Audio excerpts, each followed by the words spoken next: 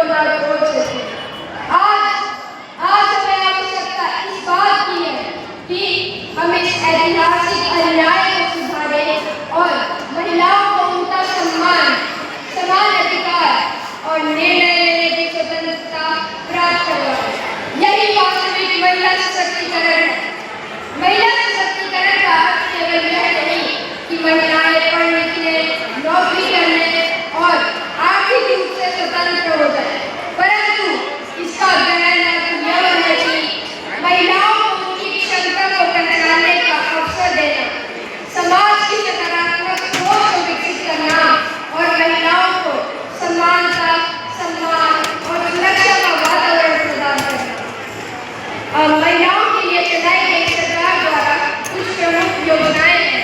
बेटी बचाओ बेटी पढ़ाओ योजना, यह बालिकाओं की शिक्षा और अस्तित्व की रक्षा के लिए है।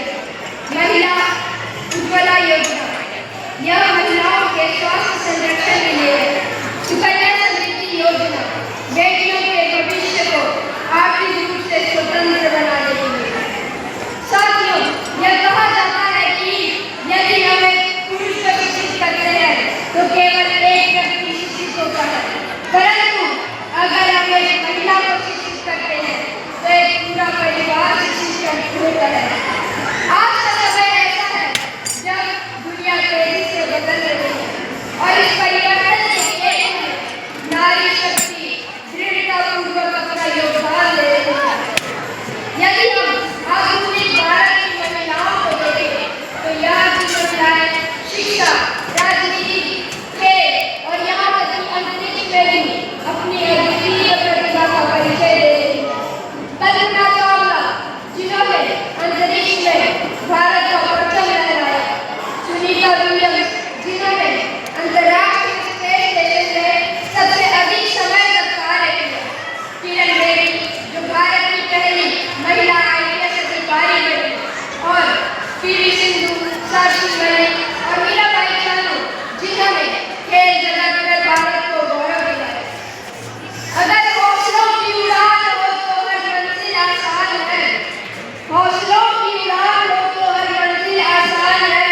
नारी वह शक्ति है जिससे रोशन हिंदुस्तान है।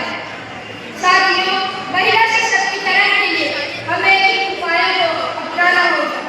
सबसे पहले हर एक लड़की को गुणवत्तापूर्ण शिक्षा मिले, इस बात को सुनिश्चित करना होगा, क्योंकि शिक्षा ही वह अस्त्र है जिससे नारी अपनी पहचान को बनाती है।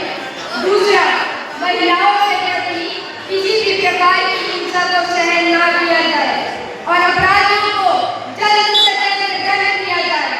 तीसरा और सबसे महत्वपूर्ण यह है कि हमें अपनी सोच को बदलना होगा और नारी को एक समान नागरिक की तरह सम्मान देना होगा। आइए आज हम सब मिलकर यह संकल्प लेते हैं कि हम महिलाओं का सम्मान करेंगे, उनके अधिकारों की रक्षा करेंगे और एक ऐसा समाज बनाएंगे जहां नारी भयमुक्त होकर अपने सपनों की उड़ान कर सके। तू चले तो आसमान झुके, तेरे कदमों के निशान बने, यह जमाना भी कह उठे, तू नारी है, तू अभिमान बने।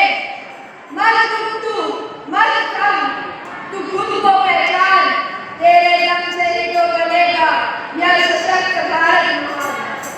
अंत में मैं यही कहना चाहूंगा कि महिला सशक्तिकरण कोई विकल्प नहीं बल्कि राष्ट्र निर्माण की अनिवार्य शर्त है और हम सबको इस शर्त को पालन करना होगा। यह बात को सुनिश्चित करना हम सबका कर्तव्य है और यही नए भारत का आधार है।